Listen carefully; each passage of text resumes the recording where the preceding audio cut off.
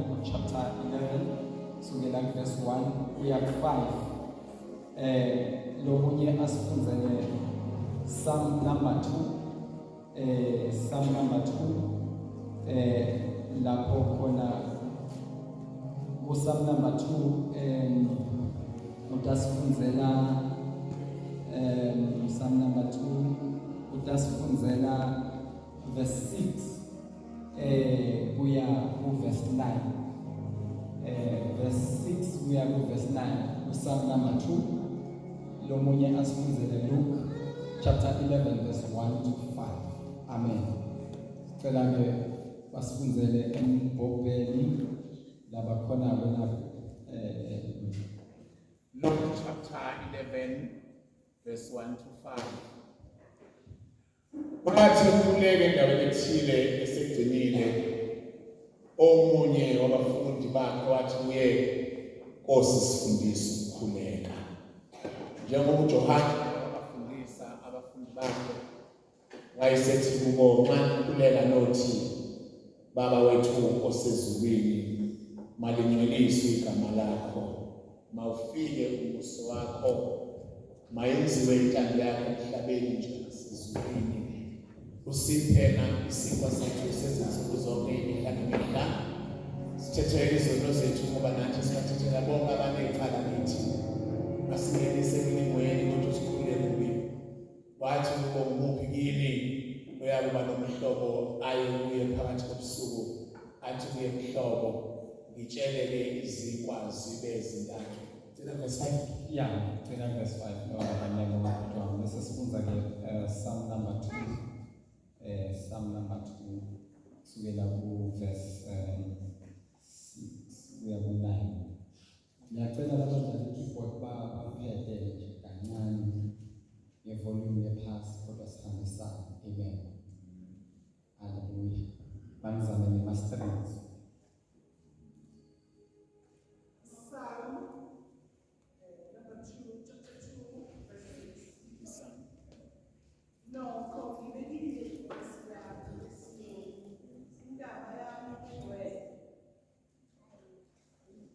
Zakulanda ngesinqumo uSimakade wathi kimi uyindodana yami wena namuhla ngikuzele cela kimi ngikunike abezizwe babe yifa lakho nemikhawulo yomhlaba ibe yimfuyo yakho uzakuba phula ngentonga yensimbi uwaphahlaze njengesitsha sokubumba.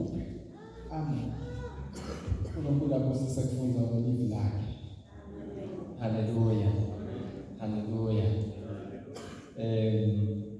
Bathandekayo ke la ku Luke chapter 11 sibona la kuthiwa Jesu bekathandaza endaweni ethile and then bafundi bakhe bathi Nkosi sifundise ukuthandaza. Njengoba Johane abafundisa abafundi bakhe lithi ke lithi uNkulunkulu wasebeyaqala abafundisa ukuthi babothi usezulwini angcoliswe igama lakho umbuso wakho mawude.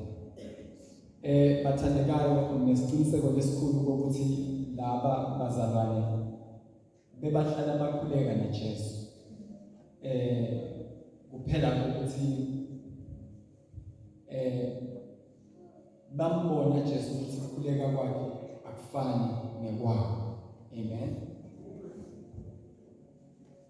Ukukhuleka kwaJesu bengafanani nekwabo. Nema-results la producewa imikhuleko yaJesu. Bona nabakhuleka bekangavela uMarizali. Siyakhumbula bathandekayo ukuthi ngalinye ilanga baye bathi bathandaza bakhiphe emadimoni behlile bakhiphe emadimoni. Hallelujah. Hallelujah. So ba-challenge-eka ukuthi inkosi ayibafundise ukuthandaza. Bathandaze efficiently. Bathandaze kuvakale kubabe losezulwini. So bafundisa ke into ekuqala ukuthi ithanini babe wethu losezulwini. mangcwelisi igama lakho umbuso wakho mawude. So ke bathandekayo indlodzana ke lekhuluma ithi bani siyavana bathandekayo kusho ukuthi nasi approacha uNkulunkulu emthandazweni into lekufanele sinake sifanele kunaka bathandekayo ukuthi emthandazweni uNkulunkulu uyafuna ukuthi sifikelele lapho khona sim addressa njengababe amen sim addressa njengababe wethu and bathandekayo mhlawumbe kulula ukuthi sonke sithi babe wethu kusesufini but lapha kumahubo la sifunze khona siyathola ukuthi uthi nakabhala umbhalo lokuba lokuyiprofesi bekusiprophetho lesi kuprofethwa ngekuda kwenkosi uJesu kuthi lithi ke leli la uNkulunkulu lapha ku verse 6 kwase kufika isikhathi lapho khona yathi inkosi mina ngiyisho amen uyabona ukuthi lokuthi ngiyisho namuhla ngikuzele kusho ukuthi khona emalanga laphambili lapho khona uyise wakhe losezulwini wayengasho kuye ukuthi uyindvozana yami ngikuzele kodwa uthi namuhla ngikuzele. So umbhalo weluhubo ukhuluma beka aprofetha ngalesi sikhathi lapho khona Jesu naye abambe iqueue eJordan naye abambe line laba babhabhatiswa nguJohn umbhabhatisi amen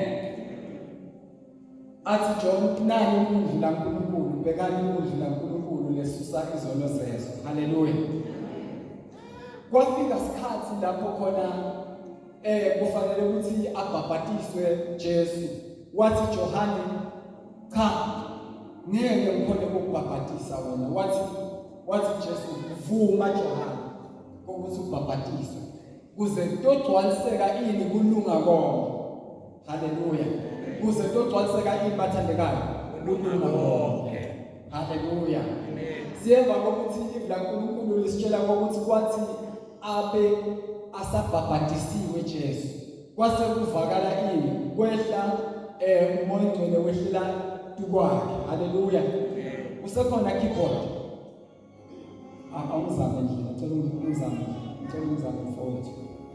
uzame mfowethu ngama-strings haleluya ake sekubone labajabulile bakhona ekhoneni maNkosi haleluya bakhona abazalwane labajabulile bakhona nani haleluya so ke kwathi sekwehle emoyeni ngcwele kwase kuvakala iphimbo ezulwini bathandekayo haleluya lithi lephimbo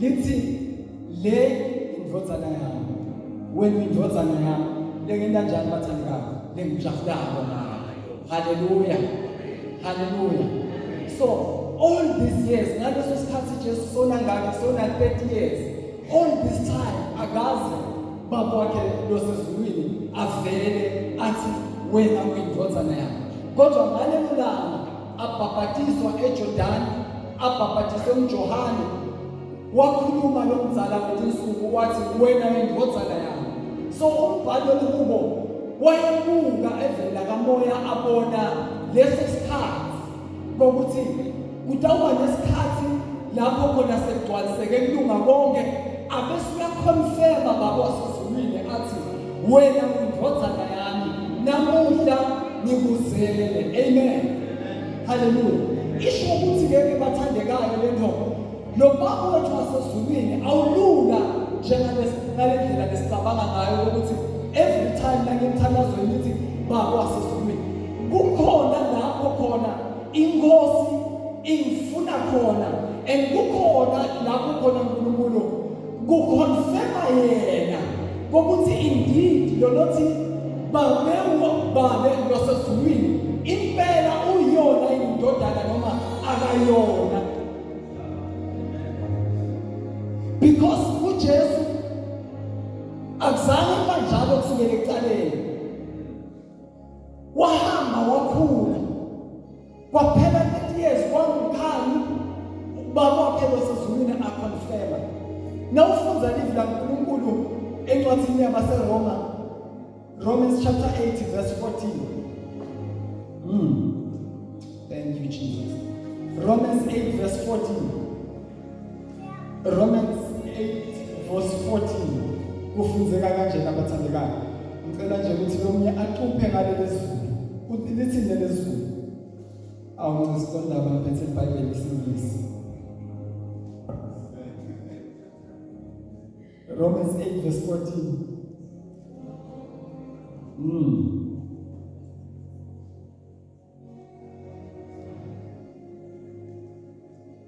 Again, Professor Tony. Lithi ke lana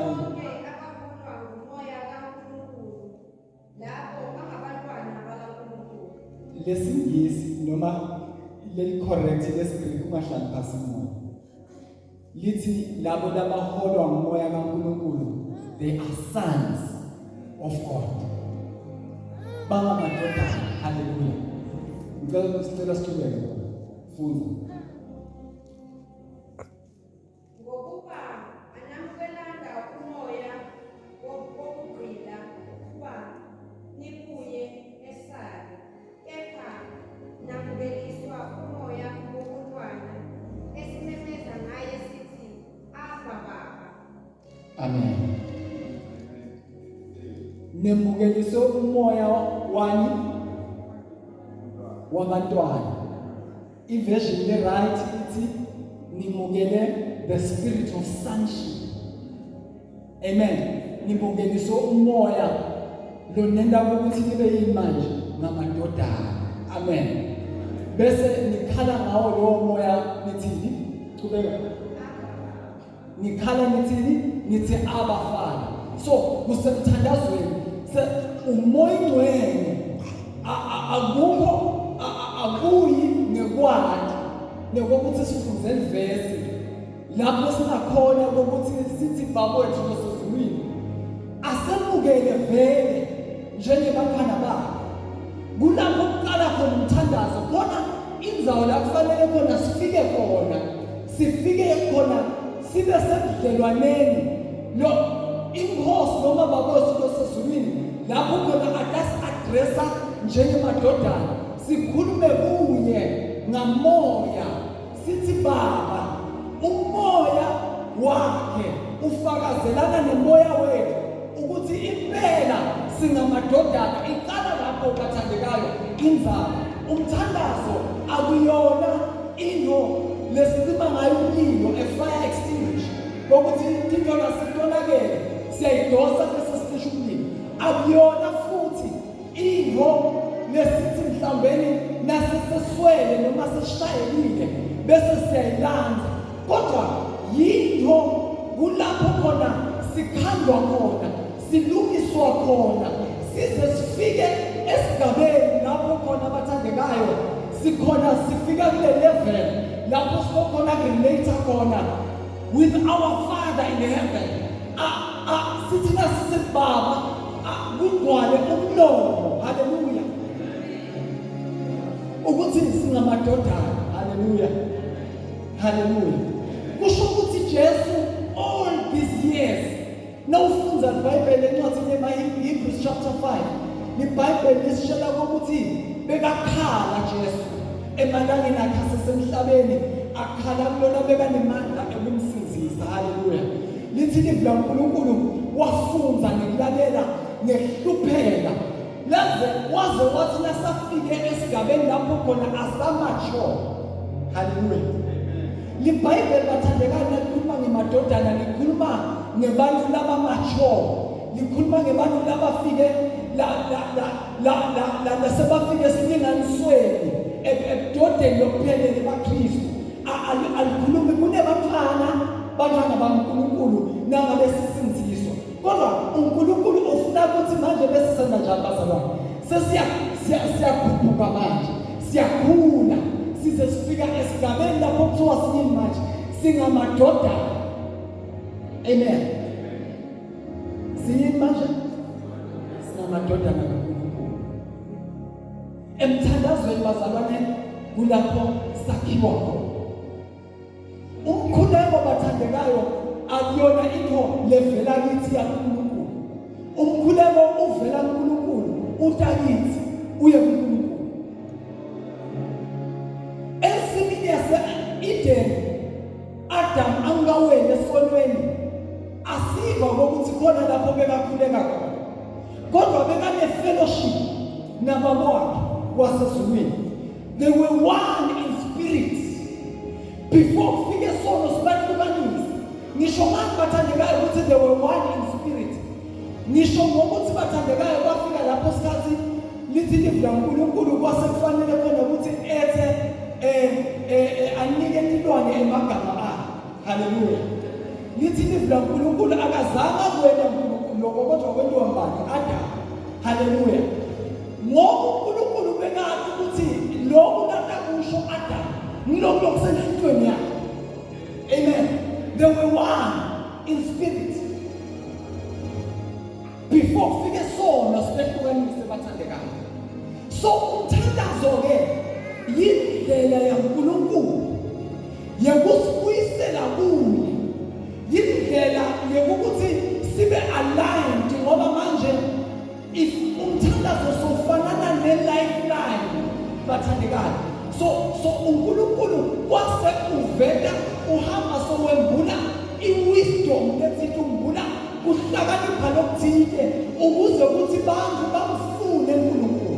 Baye kuye hayi ngoba bafuna timo kodwa ukuze babuyisele endzaweni yabo. Haleluya. Ukuze sibuyiselwe endzaweni yethu. So ke ngibona ufunza livula uNkulunkulu sokubona ukuthi bantu abafanana nabo Noah baphakamise ama-altar. Bo Abraham yonke indzawo labahamba khona baphakamise ama-altar. Amen. Kwafika umthetho uMoses uNkulunkulu wabafundisa ngepriesthood. Kanti priesthood bazalwane bengavela. Siyamkhumbula Abraham ahlangana naMelchizedek. Lobeka inkosi aphinza kube umpriest. Haleluya.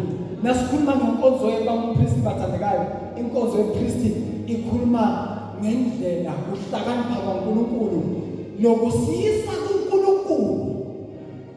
Haleluya. Kusisa ukuphi bathandekayo kuNkulunkulu. So emthandazweni ke lapho sikhandwa khona bathandekayo, indodana iya understand abazalwane ukuthi ayiphile yona kodwa iphile abantu. Iphile ubaba. Amen. Iphile abantu.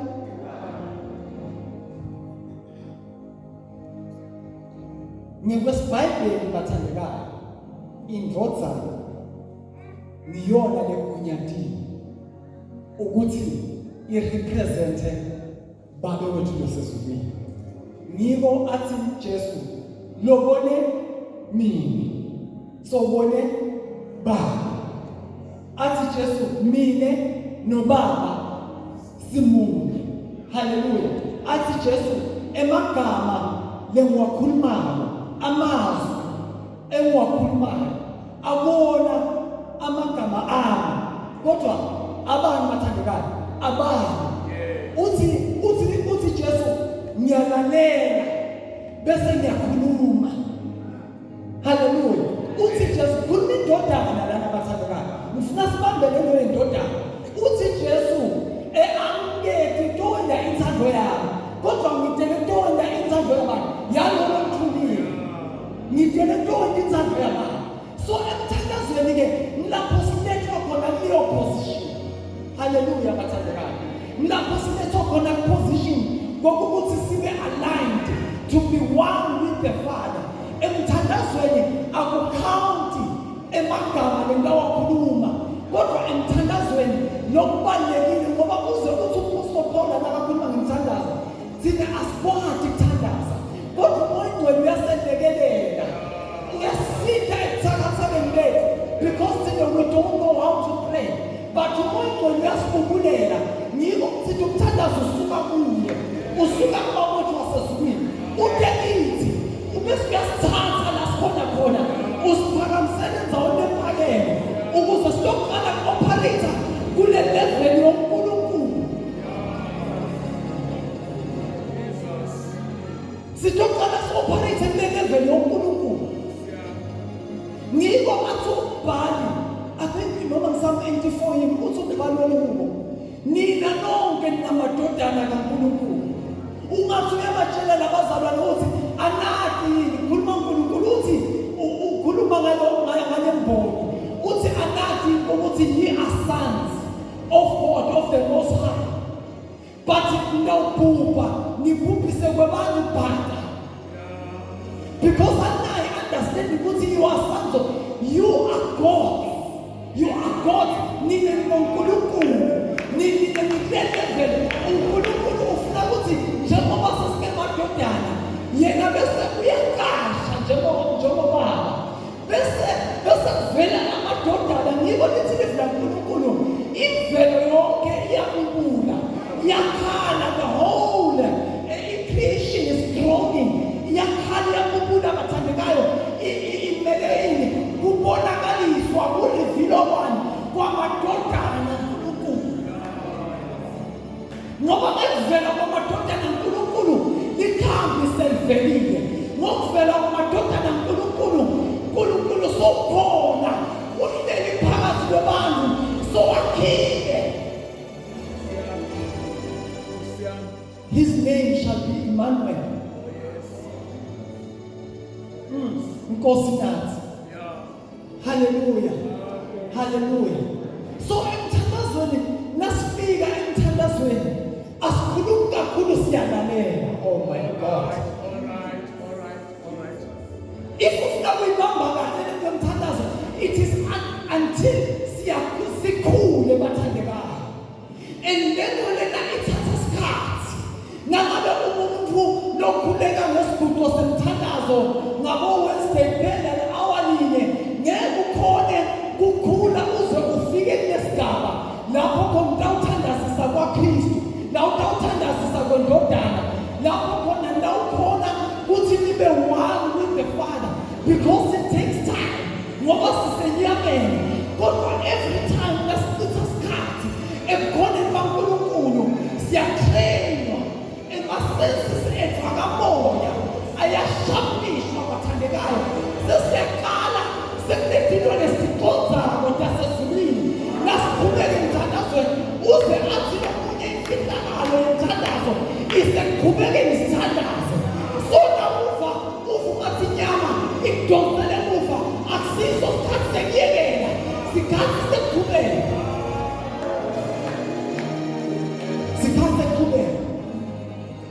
uyaqhubeka ezoqhubeka kukhona into letendakalayo emthandazweni lapho kubulawa khona unyaka.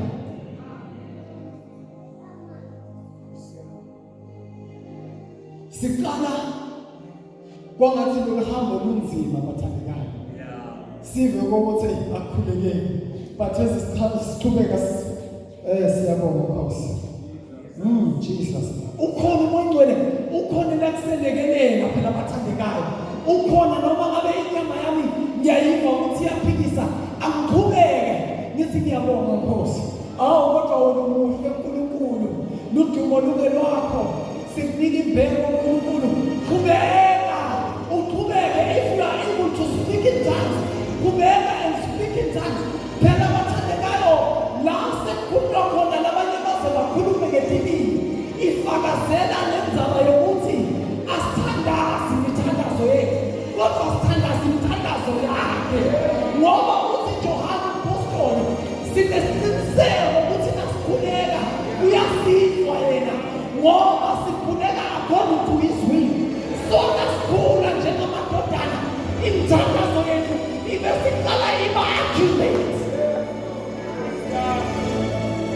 Uthi umpostoli Jakobe Antoni ngoba angicela noma ngabe ngicela ngicela kabi you Wenza lokho ngoba ukuthandazela kuyinkinga etikhathini njalo. Kalumthandazo ufuna ukuthi wena thy will be done. Njengoba kunjalo ezulwini, akube njalo lana. Yonke into ngakho emthandazweni bathandekayo kulapho alenza khona, kulapho kufana khona ingemo emkhathini wasemazulwini nasemhlabeni.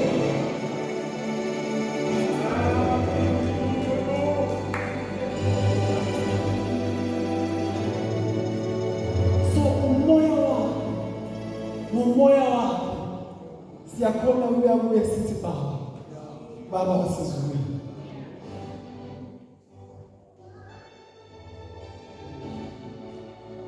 Uthi Isaac nakafuna ukubusisa indlalifa yakhe, nakafuna nasathi uhamba emhlabeni afuna ukubusisa iso.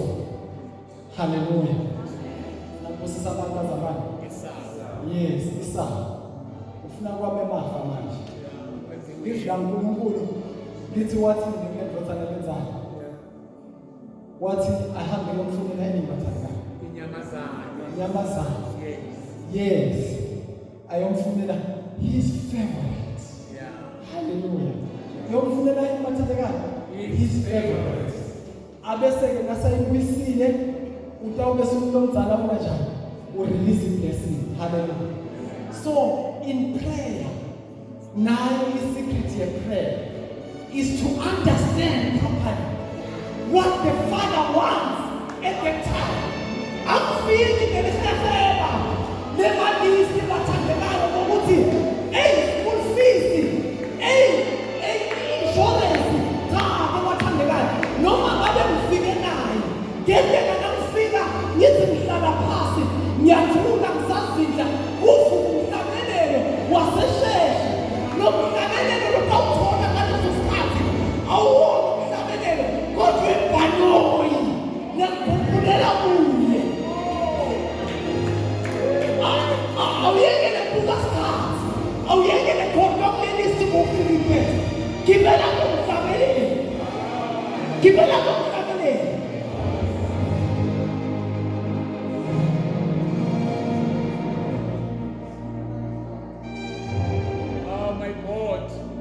lomhlabeni bathandekayo ngoba phela simbakode thina angithi bathandekayo simbakode thina alomhlabeni bathandekayo umyeni wethu is wooing us into the deep.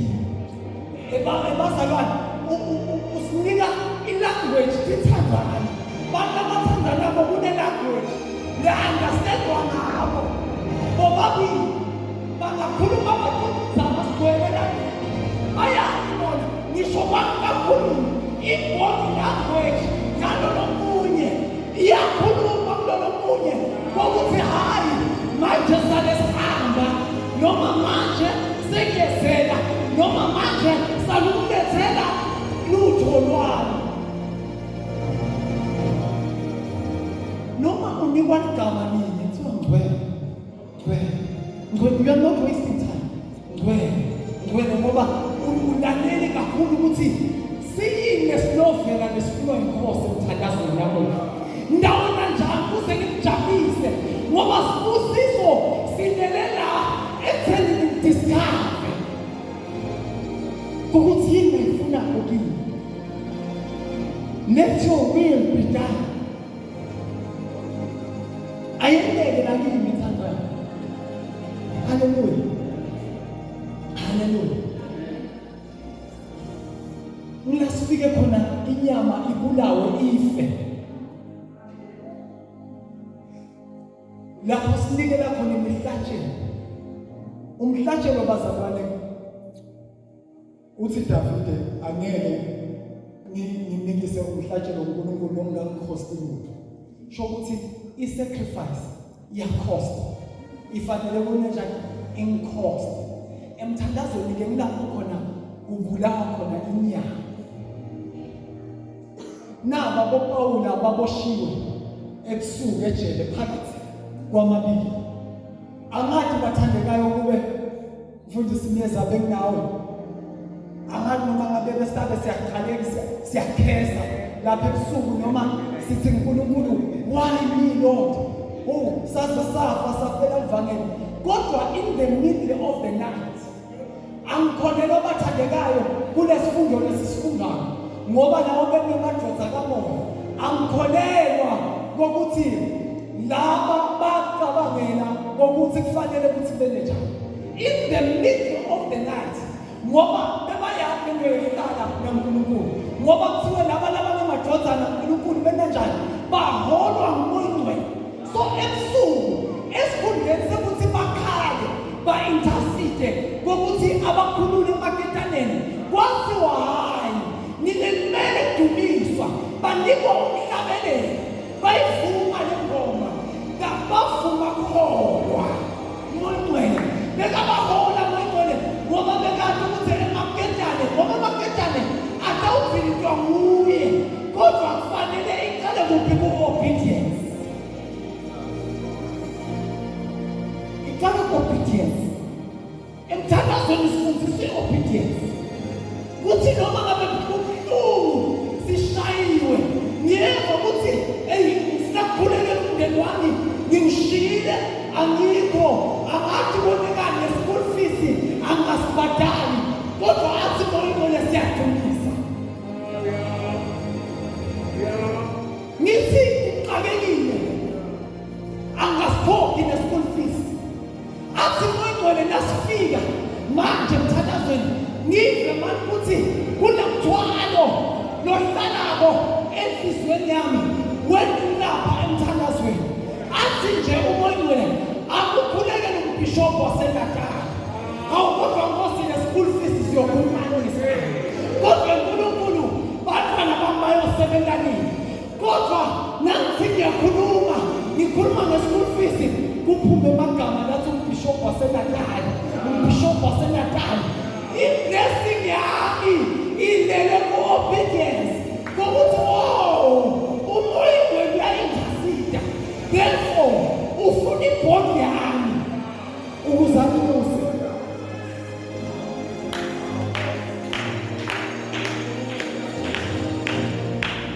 inkinga yethu asilalele emthandazweni inkinga yethu asifuni kukhula and the more singakhuli singafika esilinganisweni sobudoda ophelele baKristu we miss out on our inheritance bathandekayo phela umoya nalo mzalwane unelifa wonke umzalwane unani bathandekayo unelifa kodwa uthi umbhalo wencwadi yamaGalatiya Galatians chapter 4 verse 1 as long as indlalifa ingane iba ngaphansi kwemagadesi iba ngaphansi kwesandla salabayilusi noma ngabe msisi lo sebele ekhaya noma ngabe indlalifa yale estate yonke akanalo ilungelo lekuvula ifridge athathe cheese kufanele ukuthi acele kusisi ngicela cheese kodwa uyindlalifa but problem yini imali ngeke anikwe emakhulu uthi ke lo mbhali weluhubo lasifunze khona uthi namuhla ngikuzele uyindodana yami nengiyilo cela kimi I will give you nations as your inheritance ndakunika umhlaba ndakunika izizwe njengelifa lakho akasaqedi yanikwa ngani ngoba sufike kulevel ye-majority lapho khona emthandazweni akasayeli yocela kodwa suyela kuyowotha uNkulunkulu suyela kuyofellowshipa naye suyela kuyofunza indlela yakhe bazalwane emthandazweni umfundisi sedevelopa ilanguage yamoyingcwele lapho wathi khona ukuthi ithini imuntu yamoyingcwele lapho uve ukuthi ijabule moyingcwele lapho yes kuba uthola naningafaka ema-surveillance camera bathandekayo lasithandazela khona egumbini lemthandazo impela ngathiwa no hayi athanda ngani because uyafa nakuthi ufe fanele ukuthi uciphe wena akhule yena ibla uNkulunkulu sitshela ngayinoko ithi inoko wahamba naNkulunkulu waze wanyamalala he walked with God until he was no more. Hayibo awuzange kuba nemngcwabo wayindaba ngoba the more uhamba nayihlala emkhulekweni kuhamba kwakho kuyaguquka kufana nokwakho nemicabango yakho iba yimicabango yakho nekukhuluma kwakho kuba khuluma laso uvela lithi libla uNkulunkulu konJohane nabo babikwa embekwexoxo babakhulumisa bavela embekwexoxo bavela embekwaboGamaliyeli bantu abafundile lithi libla uNkulunkulu bathi nababashushisa babatshela ukuthi bangakhulumi ngalegama lithi libla uNkulunkulu bababona ukuthi bantu nje kadana labangafundi kodwa bayabonakala that they were with Jesus bayabonakala ukuthi bebahamba naJesu ngani ngoba bahambe naye for a long time simo sabo sikuqula bakuqulwa bafananiswa naye ngoba injongo yaNkulunkulu uleya yaGenesis chapter 1 verse 26 na 27 asakheli bantu ngimfanekiso wethu bafunde uNkulunkulu akajatshulisa ukuthi uvele ucele maswiti sangesikule kodwa emadodana uNkulunkulu ngisho nemikhuleko yabo iguqukile uva labakhulile enkosini nabakhuleka uve bopholo bathi bopholo ngize kumati yena nemanga emfuna wakhe hawupholi awukhulekela izimo zakho ukhulekela ukuthi umati ngoba uyazi ukuthi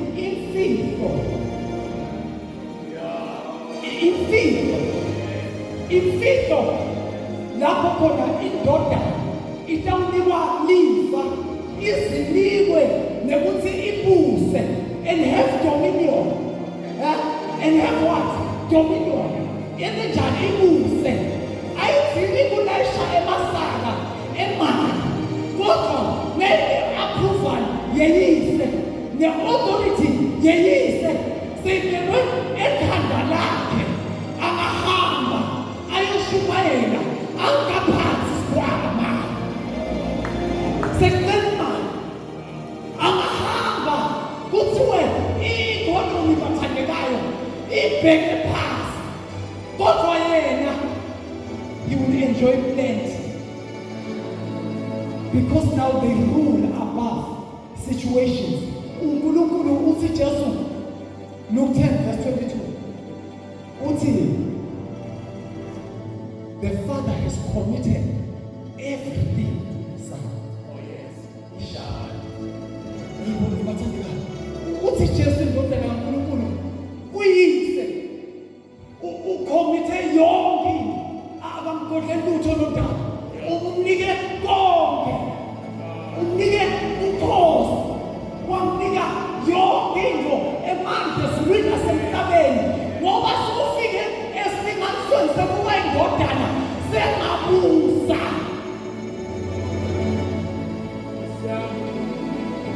the reason why we struggle so much ebazalwane i-shortcut kuhlala emthandazweni ungene emthandazweni na ufike emthandazweni uNkulunkulu ufuna ukuguqula ufuna kuwela ufuna kwakho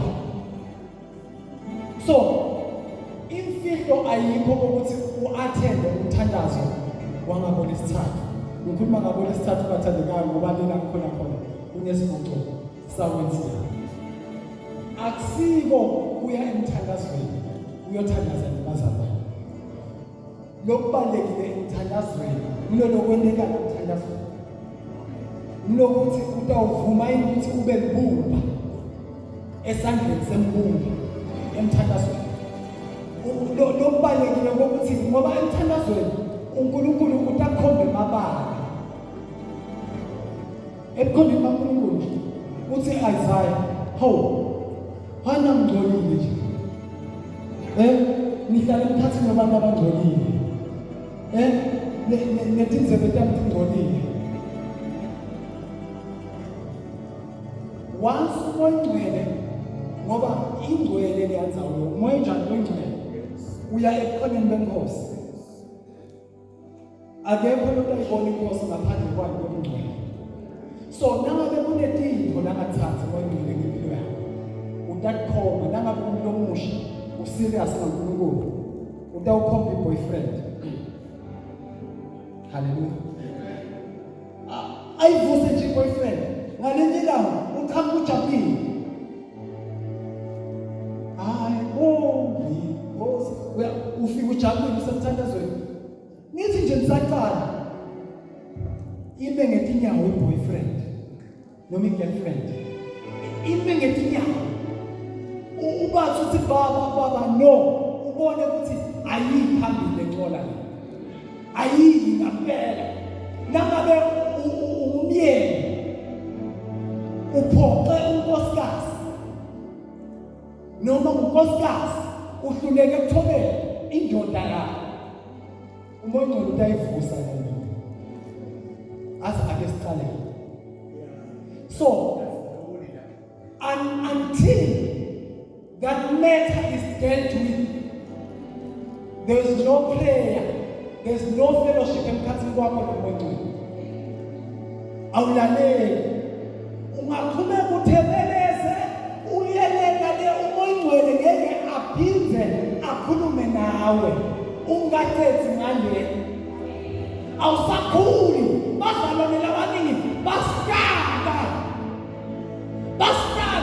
endaweni ethile because wathi uNkulunkulu letha le ndoda uyenomhlatshelo ngibeke altar ngamagugu ekuthi walapho yinto wanilelela e-altar. Nangabe ufuna ukuqhubeka nami noma lolo aqoshise emsebenzini nikele la altar umthethelele uthi wena ngisenginayo right boss. Umoya ongcwele wena njani uyawithdraw. Bakhule bantu ngalana mana. Bakhule emthandazweni. You are not growing now because awungaleli, you are disobedient. So bathandekayo sesiyathandaza manje. Ngiva ngathi umoya ongcwele ufuna ukusi-challenge. Ufuna ukuku-challenge nawe. Nami uthi we must grow. We must grow. We must grow now. Because we cannot be used by God. Ngaphandle kokuthi sikhule. Futhi ngeke siconze ngendlela kaNkulunkulu. Ngeke sifakaze ngalayo. Ngoba kufakaza ngaye akusiko kushumayela. Kodwa kufakaza ngaye ngokuthi yena aphile kuwe. Athi uPaul Paul akusasile empilako. Kodwa uKristu lophila kimi. Because asiko bashumayeli sinema-witnesses. Ema-witnesses nabangena endaweni engcwele babona athi uPaul Paul ezisimbuka ngebuso lobumbuliwe. Sibona inkazimulo yakhe siyakuthulwa. Sireflecta lenkazimulo sisuka kwelinye izinga lenkazimulo siya kwelinye izinga lenkazimulo. To witness bathandekayo ukuthi uNkulunkulu ativele ngayo. Siyabana bathandekayo. Siyababona. Na ubamba imali ufuna kudumiza. Lophethwe ikhanda phi. Hallelujah. Lobanjwe imimoya labamshaye ngesichitho angenela angekho right. Nakubambe imali abese emazula khona excuse yakufona. You are not a singer. You are a witness to the life of God. This is me. And then God will take a long time. obedience, tears, dinyembed, sacrifices. Asiphe bathandekayo. Sithatha.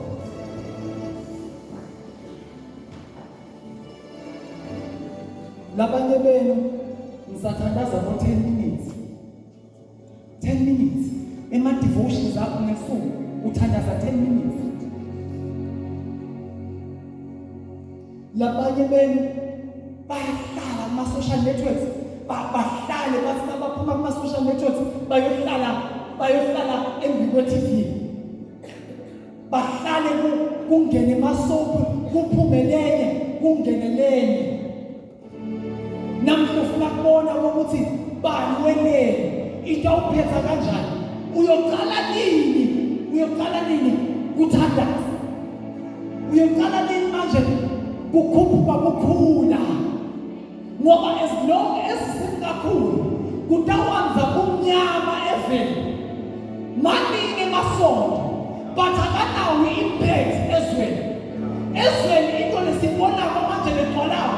Kugcwala intombo labantu labathile, nebantwana labathile, kugcwala abantu etradini, labanye sibabita ngemagama, labuhlungu bathana bethu, labanye basetikolweni, bakuloba naloba, kuvela into lesikaze satibona, kodwa masonto maningi, kwenzenjani? It is because labantu labagcwele lamasonto bantwana abawoni madodana. Ngoba lena ukuthi bakubethe uNkulunkulu noma bayathanda noma bathanzi kuze kushintshe lo mphakathi ngemagunya ukuthi uNkulunkulu uve namuhla ngikuyihlo wena undodana kuzele phela kimi ngikuphe izizwe zibe inheritance yakho. Into lenda ukuthi bantu bede kuNkulunkulu. uNkulunkulu lophila kuwo. Lokwehlulile ngaba lohlule wena Emthandazweni. Lokwehlula imihla nemihla.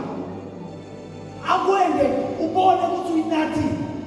Ngoba nasukuhlala lapha Emthandazweni ukhuluma njengaPaul athi Paul, I'm the worst of sinners. Worst of sinners kanjani usetshenziswa uNkulunkulu kanje?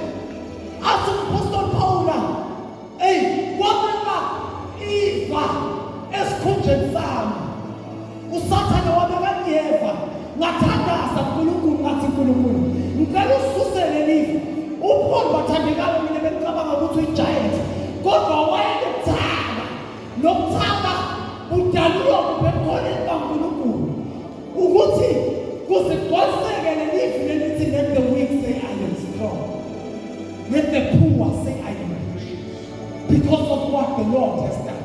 Bese uApostle Paul ngiyajabula ngithakathaka baba ngoba ukuthakathakeni baba emandla akhe ayapheleliswa. uNkulunkulu sekasehlule ngakho akakhona umuntu ingalo yakhe adonse abantu abadonselele, akakhona ihlulele emakhosi lapho usako langaphandle labitwa ngemagama lathi ngoba kunebantwana esontweni. uNkulunkulu ngeke commit kingdom tindzaba te-kingdom to babies. The reason why thousands of Natal Inkosi yaphela saxosha babishop emagosa axosha abafundisi kwaphose kwavalwe amabandla kwaba ne-chaos emabandleni. It is because kugcwele babies. Uthi uApostle Paul kuningi ukhuluma nebandla laseKorinte, kuningi lebengifuna ukukhuluma nani kodwa nisebandlana nisenyameni. Because when you are still young you are selfish, but when you become a son, when you become indodana awusaphileli wena uphileli